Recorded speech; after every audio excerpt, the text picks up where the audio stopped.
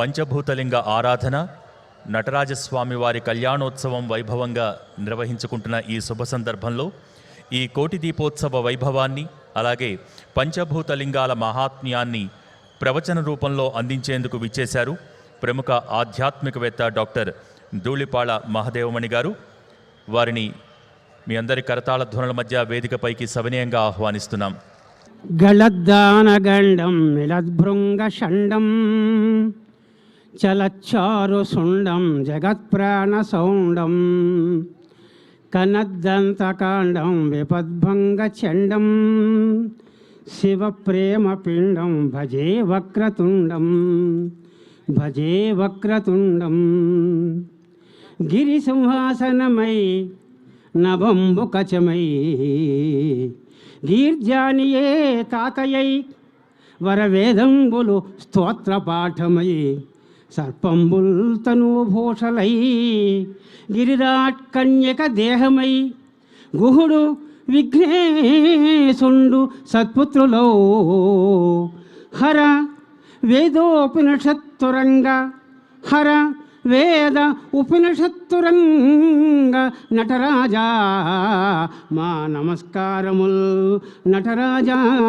మా నమస్కారముల్. సభకు నమస్కారం. ప్రపంచ వింతలు 7గా చెబుతారు, కానీ ప్రపంచ దేశాల్లో అద్భుతం మాత్రం ఒక్కటే అద్భుతం. అది కోట్ల దీపోత్సవాలు. ఎక్కడ ఏ ప్రపంచంలోనూ ఎక్కడ ఏ దేశంలోనూ లేని 12-13 సంవత్సరాలుగా కోట్ల దీపాలు వెలిగింపజేస్తున్నారు అంటే ఇంతకంటే పరమాద్భుతమైన కృత్యం మరి ఎక్కడా లేదు. అది కేవలం భక్తి టీవీ వారికి మాత్రం చెల్లుతోంది. ఏదైనా కార్తీక మాసంలో దానం చెయ్యాలి ముఖ్యము అన్నారు. ఆ దానం వస్త్రమో, పండు, సువర్ణమో, వెండో చేస్తారు. కానీ పుణ్యాలు ఎవరైనా దానం చేస్తారా? పుణ్యాలు ఇక్కడ పుణ్యాలు దానం చేస్తున్నారు.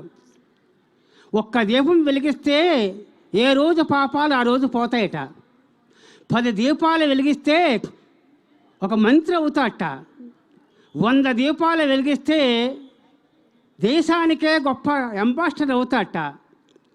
1000 దీపాలు రోజు వెలిగిస్తే ఇంద్రపదవి వస్తుందట. 1,00,000 దీపాలు వెలిగిస్తే బ్రహ్మత్వం వస్తుంటండి. కానీ కోట్ల దీపాలు వెలిగిస్తే ఏమిటయ్యా అన్నారు. సాక్షాత్తు పరమేశ్వర ఐక్యం కలుగుతుందట. వారు పరమేశ్వర ఐక్యాన్ని పొందడం కోసం మొత్తం యావత్ ప్రపంచనాన్ని ఈ కోటి దీపోత్సవాన్ని వీక్షింపజేస్తూ అందరికీ పుణ్యాలు దానం చేస్తారు మహానుభావులు. శ్రీమతి అండి శ్రీ నరేంద్ర చౌదరి గారు, రమాదేవి దంపతులు. వారికి నిజంగా ఈ భాగ్యనగరం రుణపడి ఉంది. ఈ భాగ్యనగరాన్ని అసలు చేస్తున్న భాగ్యనగరంగా చేస్తున్న ఆ పుణ్య దంపతుల్ని నేను మనసా వాచ అభినందన తెలియజేస్తున్నాను. దీపం ఉన్న వెంటనే చాలా అనేక రకాల దీపాలు పెడుతున్నారు. నేను 15 రోజులుగా వింటున్నాను. ప్రతి కార్యక్రమం మిస్ కాకుండా వింటున్నాను. దీపంలో ఒక శ్రేష్టమైన దీపం కూడా చెప్పేది కార్తీక మాసంలో ఒక్కటే చెప్పారు. అది కూడా అదేమిటయ్యా అంటే పెద్ద ఉసిరిక దీపం. పెద్ద ఉసిరికాయని పైన కొంచెం తొలిచి అందులో ఆవనయ్య ఒత్తు వేసి ఒక్క దీపం వెలిగిస్తేట పరమాత్మకి. ఒక్క దీపం వెలిగిస్తేట సంవత్సర కాలం దీపం పెట్టిన మహాపుణ్యం కలుగుతుందండి. సంవత్సర కాలం రోజు ప్రతి ఒక్కరూ ఇంట్లో దీపారాధన చెయ్యాలి. ఒకవేళ చేసినా చేయలేకపోయినా కార్తీక మాసంలో క్షీరాబ్ద ద్వాసనాడైనా కనీసం ఏదో రోజు కనీసం ఒక్క పెద్ద ఉసిరికాయ దీపం పెడితేట మీరు సంవత్సర కాలం దీపం పెట్ట మహాపుణ్యం పొందుతారట. సమస్త పాపాలు పటాపంచలు అవుతాయట. అటువంటి కార్తీక దీప ప్రాశస్త్యాన్ని చెబుతూ కార్తీక మాసంలో 5 కృత్యాలు తప్పకుండా చేయమన్నారు. కార్తికే మాసి సంప్రాప్తే పంచకృత్యాని మానవై దీపం దానం చ స్నానం చ శివకేశార్చనం తథా శివకేశవార్చనం. ఇంకా 5వది ఏమిటయ్యా అంటే ధాత్రీ ఛాయాం సమాశ్రిత్య వనభోజనమాచరేత్ అన్నారు. ధాత్రి యొక్క మొదట్లో కూర్చుని అందరూ కార్తీక మాసం ఒక్కసారిని భోజనం చేస్తేట సంవత్సరం కాలం భోజన దోషం పోతుందిటండి. మనం రోజు తినే తిండిలో ఎన్నో దోషాలు ఉంటాయి. ఆ దోషాలన్నీ పోవాలంటే కార్తీక మాసంలో ఆమలకి వృక్షానికి అంత ప్రాశస్త్యం చెప్పారు. ఆమలకంటే ఒక్క దీపానికి అంత విలువను ఎప్పుడైతే చెప్పామో, అసలు ఆమలిక వృక్షం పుట్టుకే చాలా చిత్రమైన పుట్టుక. అదేమిటయ్యా అంటే దాని పేరు ధాత్రి అన్నారు. ధాత్రి క్షీరాబ్ది ద్వాదశి నాడు తప్పకుండా ధాత్రి అంటే పెద్ద ఉసిరిని, తులసిని, దామోదరుని ముగ్గురిని కలిపి అర్చన చేయాలి. ముగ్గురికి కలిపి దీపాలు పెట్టాలి. మనం అందరం ఆ సంప్రదాయాన్ని పాటిస్తున్నాం. ఎందుకు పుట్టిందయ్యా అంటే ఈ ఆచారము, ఓసారి పార్వతీదేవిని జయ విజయులు అడిగేట, అమ్మా పార్వతి, అస్తి బిల్వ తులసీరుహ తుల్య పుణ్య ఏక ఉత విష్ణు శివార్హ. అమ్మా, విష్ణుమూర్తికి తులసి అంటే ఇష్టము, ఈశ్వరుడికి బిల్వం అంటే ఇష్టము, ఇద్దరికి ఇష్టమైన కామంద్రవ్యం ఏదైనా ఉందా అని అడిగింట. అంతేకాదు పరమ పవిత్రం కావాలి, ఇద్దరికి పనికి రావాలి, అటువంటిది ఏదైనా ఉందా అని అడిగింట. అప్పుడు పార్వతి చెప్పింది, పుణ్య ఏక ఉత విష్ణు శివార్హ నామత ఆమలక ఇచ్చవి సఖ్యవు. దాని పేరు ఆమలకము అంటారట. ఎందుకయ్యా దానికి ఆ పేరు వచ్చింది అంటే, ఒకసారి పార్వతీదేవి విష్ణుమూర్తి కోసం తపస్సు చేసిందిట, లక్ష్మీదేవి ఈశ్వరుడు కోసం తపస్సు చేసింట. ఈవిడేమో తులసవనంలో చేసింట, ఆవిడ మారేడవనంలో తపస్సు చేసింట. ఆ తపస్సు చేస్తుంటే ఆ భక్తి పరవశించేసి వాళ్ళు కళ్ళు చెమర్చేయట. కళ్ళు చెమర్చినప్పుడు కంటి నీటి బొట్టులు ఒక్కొక్కటి కింద పడ్డాయట. ఆ కింద పడిన వెంటనే ఈ భూమి పులకరించిపోయిందట. పులకరించి ఆ నీటి బొట్టుకి వృక్షం లేచింట. ఆ వృక్షము పెద్ద ఉసిరి చెట్టు. దీన్ని ఆమలకి అన్నారు. అమల అంటే నిర్మలమైన, కమ్ అంటే నీటి చుక్క, కంటి నీటి చుక్క. నిర్మలమైన కంటినీటి చుక్క నేల మీద పడ్డ మూలంగా మొలిచిన మొక్క కనుక దాన్ని ఆమలక వృక్షము అన్నారు. అటువంటి ఆమలక వృక్షం యొక్క ఆకులు కూడా పరమేశ్వరుడికి, విష్ణుమూర్తికి పూజ చేయొచ్చుట. ఆకులు కూడా దానికి పుష్పాలలో కాయలతో పూజ చేయొచ్చుట. అంత పరమ పవిత్రమైన ధాత్రి ఆ భూమి పులకరించిందట. కనుక పులకరించి అలా పుట్టిందట. కనుక ధాత్రిని అంటే ఆమలకని భూదేవి అవతారము అంటారు, లక్ష్మీ అవతారము తులసి. కనుక కార్తీక మాసంలో ఆ పెద్ద ఉసిరికాయకి అంతటి మహిమ చెప్పారు. ఇంక ఈవేళ మనం అందరం చేసిన అదృష్టం ఏమిటయ్యా అంటే, పంచభూతేశ్వర లింగాలు అర్చన చేస్తూ అందులో ఆకాశలింగమైనటువంటి చిదంబరంలో నటేశ్వర స్వామి శివకామ సుందరిని కలిపి వాళ్ళ కళ్యాణం చూడబోతున్నాం. ఇది రేర్. ఇప్పటి వరకు నా దృష్టిలో ఇక్కడి వరకు ఆ దేవతా విగ్రహాలు రాలేదు. ఇది మొట్టమొదటిగా వచ్చిందేమో అనుకుంటున్నాను నేను. ఎంత అదృష్టమయ్యా అంటే మనం అక్కడికి వెళ్ళి చూసినా చూడలేకపోయినా అది చిదంబర రహస్యము అన్నారు. ఈ ప్రపంచంలో ఒక గొప్ప రహస్యం ఏమిటి అంటే చిదంబర రహస్యం పేరుంది. చిత్ అంబరం. చిత్ అంటే జ్ఞానము అర్థం, చిత్ అంటే మనస్సు అర్థం, అంబరం అంటే వస్త్రము అర్థం, అంబరం అంటే ఆకాశము అర్థం. ఆయన దిగంబరుడే కాదు, చిదంబరుడు కూడా. ఆయన దేహము జ్ఞానమయమైన దేహం అంతా జ్ఞానం అన్నమాట. జ్ఞానమయమైన దేహం కనుక ఆయన చిత్త అంబరహ, జ్ఞానమే వస్త్రముగా కలవాడు కనుక ఆయన చిదంబరేశ్వరుడు అన్నారు. అంతేకాదు జ్ఞానమే ఆకాశ రూపంగా కలిగిన వాడు కనుక అది ఆయన పేరు చిదంబరు అన్నారు. ఈ చిదంబర స్వామిని వ్యాఘ్రపాద మహర్షి దర్శనం చేశాడు. మన భూలోకానికి ఐదు పాంచభౌతిక లింగాలు వచ్చాయి. కాళహస్తిలో వాయులింగము, జంబుకేశ్వరంలో జలలింగము, కంచిలో భూలింగం అంటే సైకిత లింగము, ఇలా అరుణేశ్వరంలో అగ్నిలింగము, ఇక్కడ ఆకాశలింగము అన్నారు. అది చిదంబర రహస్యం. ఎన్ని రహస్యాలు ఉన్నాయో ఈ గుడిలో, ఆ దేవుళ్ళలో. ఏమిటి చిదంబర రహస్యం అంటే అక్కడ 3 మూర్తులు ఉంటాయి చిదంబరంలో. ఎదురుకుండా గుడిలో ప్రవేశించిన వెంటనే నటరాజస్వామి దర్శనం అవుతుంది. ఆ నటరాజు నాట్యం చేస్తున్న భంగిమది, అది ఆకాశతత్వానికి ప్రత్యేక. కనుక ఆకాశలింగానికి స్వరూపం, అది సగుణము. ఒక ప్రక్కని స్వామివారి యొక్క నిర్గుణ తేజపుంజమైనటువంటి స్ఫటికలింగం ఉంటుంది. స్ఫటికలింగం ఇది సగుణమా అంటే సగుణమే, నిర్గుణమా అంటే నిర్గుణమే. కనుక నిర్గుణము సగుణము రెండూ కలుపున్న ఒక మూర్తి ఒక ప్రక్కన ఉంటుంది. ఇదిగో ఇంకో ప్రక్క మూర్తే ఇది రహస్యం. అదేమిటయ్యా అంటే అక్కడ బంగారపు బిల్వదళాల మాల కనపడుతుంది, అంతే. అదొక్కటే కనపడుతుంది. అది కూడా తెర అడ్డు వేసి ఉంటుంది. ఆ తెర వెనకాల స్పష్టంగా కనబడుతుంది. అర్చక స్వామి అనుగ్రహం ఉంటే కొంచెం పక్కకు తొలగిస్తారు, మనం ఆ లింగాన్ని చూడగలుగుతాం. లింగం ఏమి ఉండదు, ఆకాశరూప తత్వం, శూన్యం అనమాట. ఆ బిల్వదళాలను బట్టి అదే ఆకాశలింగం మనం గుర్తించాలి. ఇది 3 స్వరూపాలు. అక్కడ ఉన్న రహస్యం ఏమిటయ్యా అంటే మొత్తం అయస్కాంత క్షేత్రంగా చెప్పబడింది. శాస్త్రవేత్తలు దాన్ని అయస్కాంత క్షేత్రంగా చెప్పారు. ఏమిటయ్యా అయస్కాంత క్షేత్రం అంటే మొత్తం భూమండలానికి మధ్యలో ఏ రేఖ ఏ బొట్టు అయితే బిందువు అయితే ఉందో ఆ బిందువుట నటరాజస్వామి కాలి బొటనవేలు గోరి కింద ఉందిటండి. బొటనవేలు కింద భూమధ్య రేఖ యొక్క మధ్య బిందువు ఉందట. అయస్కాంత క్షేత్రం యొక్క నాభిస్థానం ఏదైతే ఉందో అక్కడ స్వామివారు బొటనవేలు పెట్టి ఉంటారు. అంటే మొత్తం భూమండలాన్ని అంతనే ఆయన కేవలం బొటనవేలు మీద ధరిస్తున్న మహానుభావుడు కనుక ఆయనకి ఒక రహస్యము, అది చిదంబర రహస్యము అన్నారు. ఇంకో చిత్రం ఏమిటంటే ఆ ఆలయానికి మన దేహంతో ఉన్న సంబంధాలు ఉన్నాయి. మానవ దేహ సంబంధాలు అక్కడ చిదంబరానికి ఉన్నాయి. ఏమిటయ్యా అంటే మనకి 9 రంధ్రాలు ఉన్నాయి, 9 రంధ్రాలు. అక్కడ ఆ ఆలయానికి 9 ద్వారాలు ఉంటాయి. చిత్రం చూడండి. 40 ఎకరాల విస్తీర్ణమైన భూమండలంలో ఆ మహానుభావుడు ప్రతిష్ఠింపబడ్డాడు. 13వ శతాబ్దంలో దాన్ని గుడి కట్టారు. వ్యాఘ్రపాద మహర్షి దర్శనం చేసి మనకి అందించాడు. 9 ద్వారాలు ఉంటాయి, మనకి 9 రంధ్రాలు ఉంటాయి. ఇంకో చిత్రం ఏమిటంటే అక్కడ గోపురం ఉంటుంది, స్వామివారి గోపురం.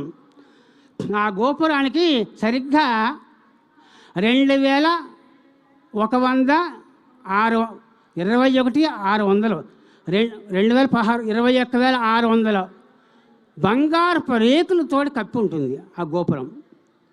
21,600 బంగారపు రేకులతోటి కప్పి ఉంటుంది ఆ గోపురం. ఏమిటి రహస్యం? మన దేహంలో నిరంతరము ఉచ్ఛ్వాస నిశ్వాసలు 21,600 సార్లు ఉచ్ఛ్వాస నిశ్వాసలు విడుస్తాం. అంటే మన దేహానికి ఏదో మూలాధారమో అదిగో అక్కడ గుడి రూపంగా ఉంది, అక్కడ పెద్ద గోపురం రూపంగా ఉంది. ఆ గోపురంలోంచే వచ్చింది ఈ భౌతిక దేహం. ఇంకో చిత్రం ఏమిటంటే దానికి 72,000 బంగారపు మేకులు తాపడం చేశారు. రేకులు బిగించాలి కదా, ఆ రేకుల్ని 72,000 బంగారపు మేకులతో తాపడం చేశారు. ఏమిటి రహస్యం అన్నారు? మన దేహంలో 72,000 నాడులు ఉన్నాయి. ఆ నాడులే అక్కడ మేకులుగా సంకేతం. అక్కడి నుంచి వచ్చింది మనకి దేహం తాలూకు లోపల రహస్యాలన్నీ కూడా. అంతేకాదు మన దేహానికి ఎడమవైపున గుండెకాయ ఉంటుంది. ఆ స్వామి ఎడమవైపుని శివకామసుందరి ఉంటుంది. ఆ తల్లే ఆయన గుండెకాయ అనమాట. ఆ తల్లి లేకపోతే ఆయన లేరు, ఈ గుండె లేకపోతే మనం లేము. ఎంత చిత్రమో చూడండి. ఇవన్నీ చిదంబర రహస్యాలు. అమ్మవారి గుడిలో చిత్రం చూడండి. అక్కడ ఒక మండపం ఉంటుంది, ప్రాంగణం. 4 స్తంభాలు ఉంటాయి. ఆ 4 స్తంభాలు ఏమిటో తెలుసునా? 4 వేదాలు 4 స్తంభాలుగా అక్కడ ఉన్నాయట. 4 వేదాలు. అయితే అక్కడ 64 మూర్తులు ఉంటాయి. 64 కళలు, వాంగ్మయంలో 64 కళలు ఉన్నాయి. 64 కోటి యోగనీగణ సేవత అమ్మవారికి పేరు. 64 కోట్ల యోగనీగణానికి వాళ్ళ అధిష్టానం. అది 64 కళలు అక్కడ రూపాన్ని దాల్చి ఉంటాయి, మూర్తులుగా వెలిసి ఉంటాయి. చిత్రం, చాలా చిత్రం. అంతేకాదు అమ్మవారి గోపురం మీద, ఆ మండపం మీద 9 కలశాలు ఉంటాయి. 9 కలశాలు ఉంటాయి. ఆ 9 కలశాలు ఏమిటో తెలిసినా? నవదుర్గలకి ప్రతీక ఆ 9 కలశాలు. నవదుర్గలవి. ఇలా అణువులో, ప్రతి పరమాణువులో, ప్రతి అంగుళంలోనూ కూడా చిదంబరంలో అనేక రహస్యాలు ఇముడు ఉన్నాయి. అటువంటి మహానుభావుడు ఇవాళ శివకామసుందరితో ఇక్కడ ఏం చేయబోతున్నారు? ఇక్కడ కళ్యాణోత్సవం మొత్తం చూస్తారు. మన జన్మధన్యము, మన భాగ్యనగర వాసుల జన్మధన్యము. ప్రపంచ దేశాలు ఎవరైతే వీక్షిస్తూ ఉంటారో వాళ్ళ జన్మధన్యము. దీపాన్ని చూస్తే కూడా పుణ్యట. దీపాన్ని వెలిగించకపోయినా దీపాలను చూసి అబ్బాయి ఎంత బాగా వెలిగిస్తున్నారు, ఎంత గొప్ప ఉత్సవాన్ని చేస్తున్నారు అని కనుక మనం సంతోషపడితేట ఇంట్లో కూర్చుని టీవీ ముందు కూర్చుని అబ్బాయి ఎంత బాగా నిర్వహణ చేస్తున్నారు అనుకుంటే చాలట మనకు కూడా పుణ్యం వస్తుంటండి. కార్తికేయ మాస సంప్రాప్తే దీపం దృష్ట్వా ఎవరైతే దీపాలను చూసి మొదటి ఆనందిస్తాడో వాళ్ళకి కూడాట దీపం వెలిగిన మహాపుణ్యం వస్తుంట. అటువంటి పంచభూతలింగాల్లో ఈ శివకామేశ్వరుడు ఎంత గొప్పవాడంటే శివమహిమ చెప్పడానికి అంతూ తెలియలేటండి. అసలు శివుని గొప్పతనం ఎవరైనా చెప్పగలమా అని పందాలు వేసుకున్నారట. దేవలోకంలో పందాలు వేసుకున్నారట. సరే ఓ పని చేద్దాం, మనం చెప్పుకుంటే పోతే కాదు రికార్డు చేద్దాం అనుకున్నట్టండి. రాయడానికి ఇంకు కావాలి. ఎంత ఇంకు కావాలి? అందుకని అసితగిరి సమం స్యాత్ కజ్జలం సింధు పాత్రే. పెద్ద కాటుకొండ దగ్గరికి వెళ్ళి దేవతను చితక్కొట్టారట. కాటుకొండంత బూడిదని తయారు చేసేట. పూర్వంలో శరాబుడ్డి మసి ఉండేది, అది కొని తెచ్చుకోవడం, నీళ్లు కలుపుకోవడం, లేకపోతే కొబ్బరి నుండి కలుపుకోవడం, కలంతో రాసుకోవడం అనమాట. అలాగా కాటుక కొండ, నల్లటి కొండని చితక్కొట్టి వస్త్ర కాలుష్యం చేసి కాటుకు తయారు చేసేట.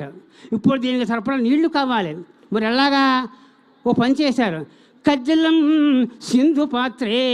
ఈ కాటుకొండ బూడిదంతా కలిపి ఒక పాత్ర ఉండాలి, నీళ్లు ఉండాలి. రెండు వేస్ట్ కదా, రెండు తేడం కష్టం. అందుకని పెద్ద సముద్రం దగ్గరికి వెళ్ళేటండి. మొత్తం ఈ కొండంత మసిని ఆ సముద్రంలో వేసేసి పెద్ద పెద్ద తాడి చెట్లతోటి 33 కోట్ల దేవతలు అలా తిప్పి పలసగా ఇంకు తయారు చేసేట. బాగానే ఉంది, ఇంకు తయారైంది. మరి రాయడానికి కళాలు కావాలి కదా, పెన్నులు కావాలి కదా, ఎన్ని కోట్ల పెన్నులు కావాలి. అందుకని మామూలు పెన్నులు అయితే విరిగిపోతాయి, ఇంకా అయిపోతుంది. సురతరువర శాఖ లేఖని, సురతరువర శాఖ. స్వర్గలోకంలో కల్పవృక్షాలు ఉన్నాయట. ఆ కల్పవృక్షాల కొమ్మలు తక్కొట్టి కళాలు తయారు చేశాడు. పాళీలతోటి కళాలు తయారు చేశాట. గుట్టలు తయారు చేశాట. మధ్యలో రాస్తున్నప్పుడు కలం విరిగిపోకుండా ఉండడం కోసం. అంతా బాగానే ఉంది. సురతరువర శాఖ లేఖని. మరి రాయడానికి కాగితం ఉండాలి కదా, తెల్ల కాగితం ఉండాలి. తెల్ల కాగితం ఎక్కడి నుంచి వస్తుంది? ఇలా ఉండగా ఒక ఇల్లాలు వచ్చి ఏమండోయ్ అంటూ అంట, ఆగమ్మా మీ తెల్లకాయసం చూస్తున్నావు, నువ్వు ఎవరో ఏముండో ఏమంటున్నావు, ఏమిటి ఇప్పుడు కాదన్నట. కాదండి నా మాట వినండి అంటూ అంట. ఎవరో చెప్పమ్మా అన్నట. నా పేరు భూదేవి అంటారండి ఏందట. ఆవిడ భూదేవట. అయితే ఎందుకు వచ్చావమ్మా తల్లి అన్నట. నన్ను తెల్లకాయితంగా మార్చేసుకోండి, నా తెల్లకాయితం మీరు రాసుకోండి శుభ్రంగా, ఆ పరమేశ్వర కీర్తనలో ఉందట. కనుక ఆ తల్లి తెల్లకాయితంగా మారిపోయింట. మారిపోయినా రాసేవాళ్ళు ఎవరు? సురతరువర శాఖ లేఖనీం పత్రముర్వీ లిఖతేది గృహీత్వా శారద. సార్వకాలం ఎవరు రాయాలి? సాక్షాత్ శారదాదేవి కూర్చుని రాయాలి. ఆ శారదాదేవి పట్టుకు రాయడం మొదలెట్టండి. ఏనాడు ఎప్పుడు కుతయగల్లో మొదలెట్టంట. ఇంకా ఇప్పటికీ రాస్తూనే ఉంటా. ఈవేళ కూడా ఈ క్రోధనామ సంవత్సరంలో ఇప్పటికి పొద్దున్న విష్ణుమూర్తి తన పర్యవేక్షకుట బ్రహ్మగారు మంత్రదర్శట. ప్రతిరోజు వెళ్ళి విష్ణుమూర్తి ఎక్కడ దాకా రాశాడు అడుగుతాట. ఇవాళ పొద్దుడు విష్ణుమూర్తి వెళ్ళి ఆ శారదాదేవిని అడిగట, ఎక్కడ దాకా రాశారమ్మా అని. అయ్యా రాస్తున్నామండి, వేదాలు చదువుతున్నాయి, వేదాలు చెప్పలేక రెస్ట్ తీసుకుంటున్నాయి, మళ్ళీ ఉపనిషత్తులు వస్తున్నాయి, అవి కూడా చెప్పలేక రెస్ట్ తీసుకుంటున్నాయి, మళ్ళీ బ్రహ్మగారు వచ్చారు, మళ్ళీ బృహస్పతి వచ్చారు, వీళ్ళు కూడా రెస్ట్ తీసుకుంటున్నారు, నాకు మాత్రం విశ్రాంతి రాస్తూ ఉన్నాను. సరేనమ్మా ఎక్కడ దాకా రాసో చెప్పన్నట. ఇప్పటికి పరమేశ్వరుడి కాలకు కుడికాలు బొటం వేలు ఘోరంత రాశానండి ఏందట. అన్ని వేల కోట్ల సంవత్సరాలు ఆ పరమశివ కీర్తన రాస్తూ ఉంటే ఇప్పటికీ ఈ రోజుకి పరమశివుని తాలూకు బొటనవేలు గోరులో ఎంత భాగం ఉందో అంత భాగం మాత్రం శివ వర్ణన వైభవాన్ని రాసేటండి. అది శివుని యొక్క వైభవం. ఈ జన్మకి తేలుతుందా, కొన్ని వేల జన్మకైనా తేలుతుందా?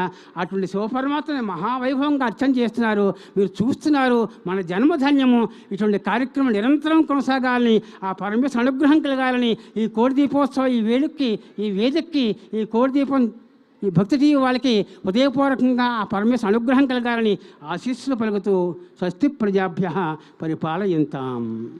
ఈనాటి కోటి దీపోత్సవంలో ప్రవచనామృతాన్ని అందించినటువంటి ప్రముఖ ఆధ్యాత్మికవేత్త డాక్టర్ ధూళిపాళ మహదేవమణి గారికి ధన్యవాదాలు తెలియజేసుకుంటున్నాం.